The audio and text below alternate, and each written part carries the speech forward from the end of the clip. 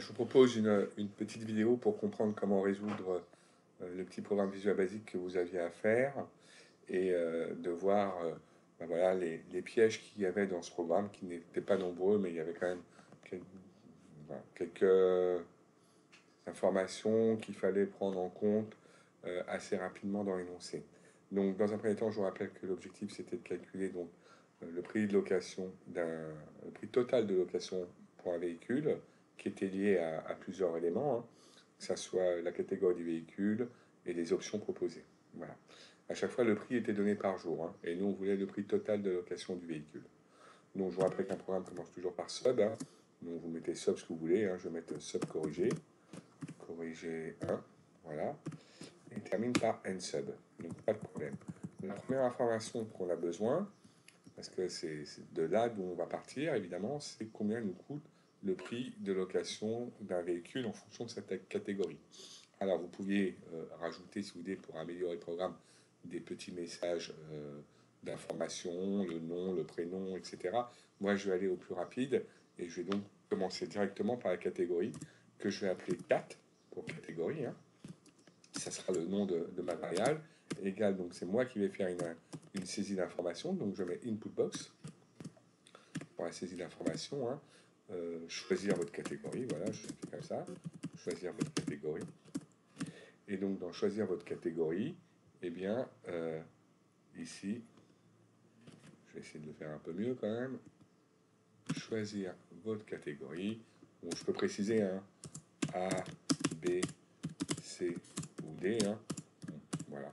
Là, j'essaie d'aller au plus rapide. Hein. D'accord. Et voilà. Donc, là, j'ai choisi la catégorie. Et après, j'ai plusieurs formules conditionnelles, hein, puisqu'il y a 4 catégories possibles. Donc, je commence avec mon premier if. If la catégorie, on va y aller progressivement, est égale à A. Alors, avec des guillemets, hein, parce que il s'agit d'un format texte, alors bah, le prix, que je vais appeler prix, va être égal à 50.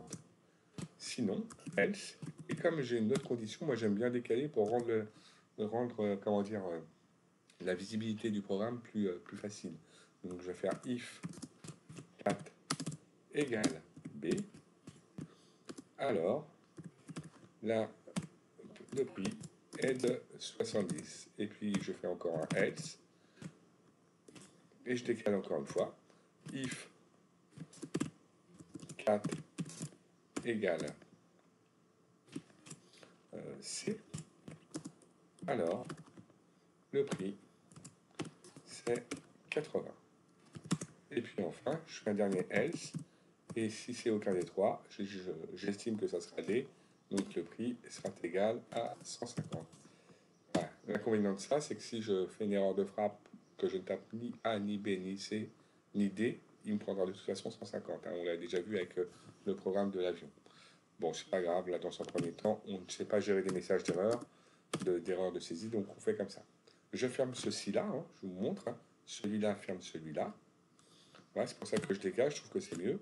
On voit mieux comment les scies sont imbriqués les uns aux autres. Le deuxième scie, je le ferme ici. Et le troisième scie, je le ferme ici. Comme ça, on voit bien là, à chaque fois qu'un scie est ouvert ou il est fermé. Et on voit bien que là, les scies sont imbriqués les uns aux autres. Donc voilà, j'ai ma base de départ, je connais le prix. Et maintenant, je vais pouvoir l'augmenter des différentes options. Sauf que la première qu'il faut gérer, eh bien, parce qu'elle est liée à un pourcentage, c'est le deuxième conducteur. Elle est liée à un pourcentage sur le prix de location hors option. Donc il faut vraiment que je gère maintenant. Pourquoi? Parce que après, mon prix de location va augmenter en fonction de mes options et ça modifiera le coût du deuxième conducteur, alors que lui doit être calculé sur le prix hors option. Donc, conclusion, je gère tout de suite cette condition, et c'était peut-être le piège du programme, ça, de gérer cette condition là, bah, le plus rapidement possible, dès qu'on connaît le prix de location hors option, ce qu'on connaît maintenant. Donc, je vais l'appeler DX pour deuxième conducteur. Hein. Input box.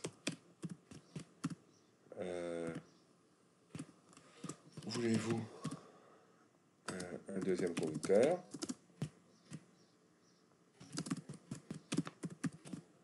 Voilà, voulez-vous un deuxième conducteur? Voilà, on va répondre, donc on va lui proposer deux types de réponses, comme ça on sait qu'il ne se trompera pas. O ou N, oui, non, hein, par exemple. Et là, bah voilà, on va faire un petit if. If dx est égal à AO. Excusez-moi, vous avez mis un petit message que j'ai été trop vite il faut que, à la ligne. Donc, zen, alors, et bien dans ces cas-là, le prix va augmenter. Donc le prix de départ sera maintenant, le nouveau prix sera égal au prix de départ multiplié par 15% de plus, donc par 1,15. Voilà. Et on n'est pas obligé de faire un sinon, parce que c'est pas utile, il n'y a pas d'autres conditions possibles, il n'y a que celle-là, il n'y a qu'une seule possibilité, donc on peut directement faire un if et ne pas continuer avec un sinon. Voilà. De toute façon, dans tous les cas, il y aura un prix d'origine qui sera proposé par la catégorie, donc on n'est pas obligé là d'augmenter, de mettre sinon prix égal prix, c'est pas utile. Voilà. On peut poursuivre avec maintenant les différentes options, hein, mais c'est toujours un peu la même chose maintenant. Donc je vais l'appeler GPS. GPS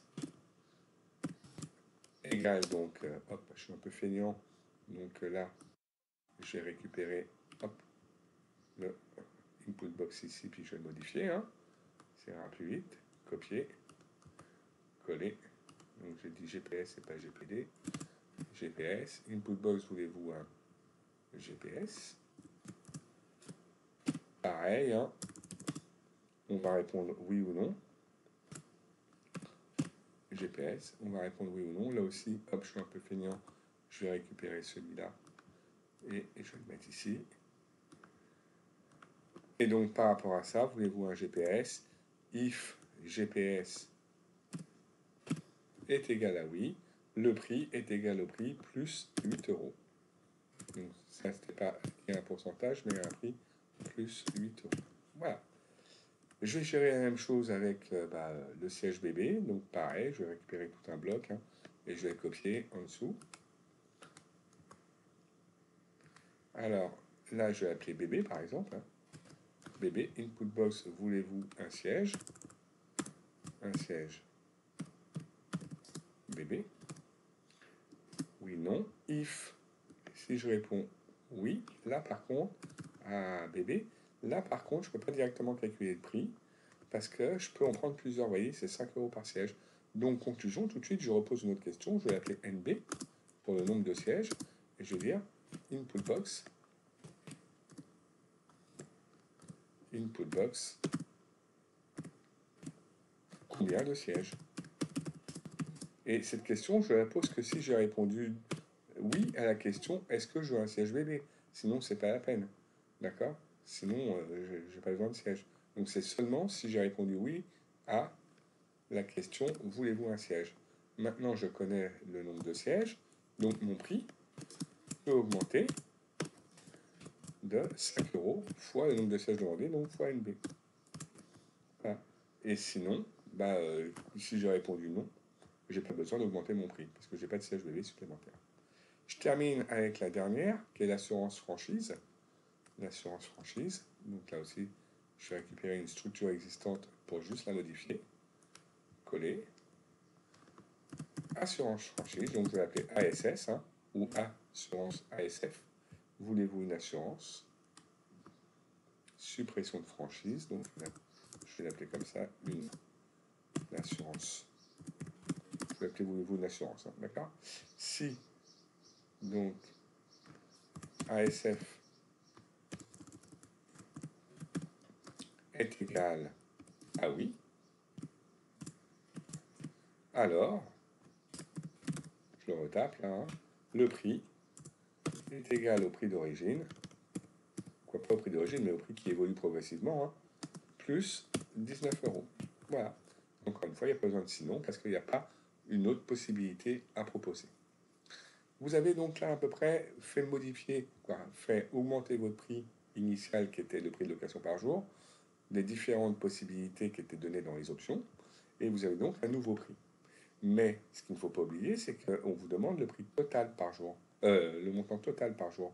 Pas par jour, mais le montant total, je vais y arriver, pour la location. Donc n'oubliez pas de poser la question, moi je vais l'appeler J, du nombre de jours de location.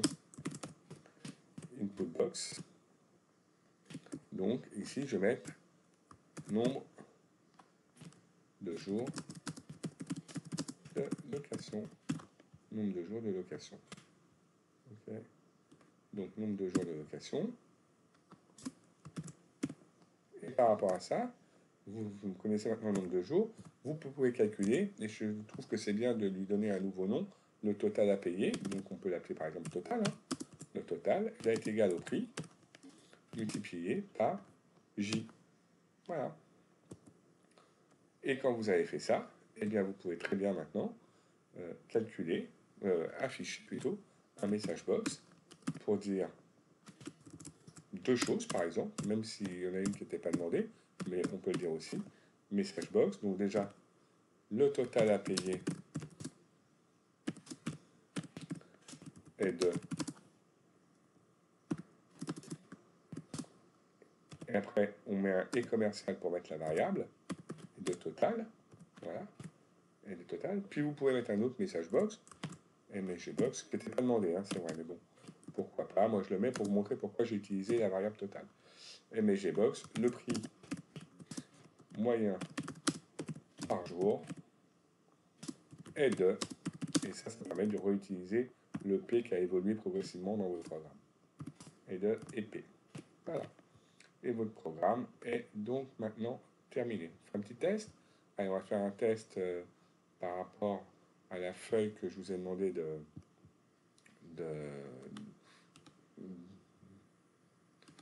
d'utiliser. Donc, je vais retourner dessus. Voilà, c'est celle-là. OK.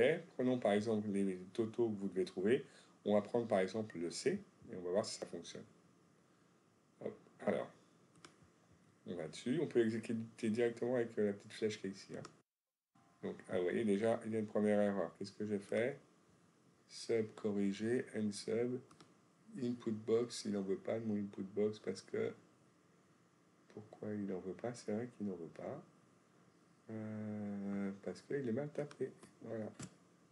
Et là, c'est beaucoup mieux. J'aurais pu m'en rendre compte parce que il n'était pas avec un. Au départ,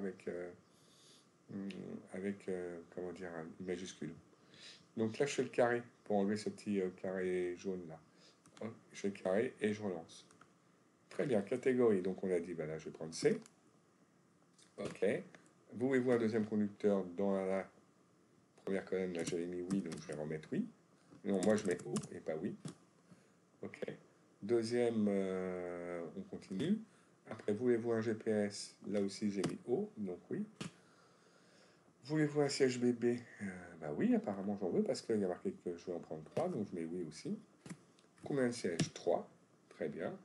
Voulez-vous après une assurance? Non. OK. Nombre de jours de location, 4. Voilà. Le prix à payer est bien 460, vous voyez, comme indiqué dans la feuille de test que je vais vous demander de faire. Et après, vous faites OK. Et par contre, le prix moyen par jour n'était pas demandé, mais n'était pas proposé dans la feuille de test, mais là, je l'ai rajouté, ça fait 115 euros. Voilà.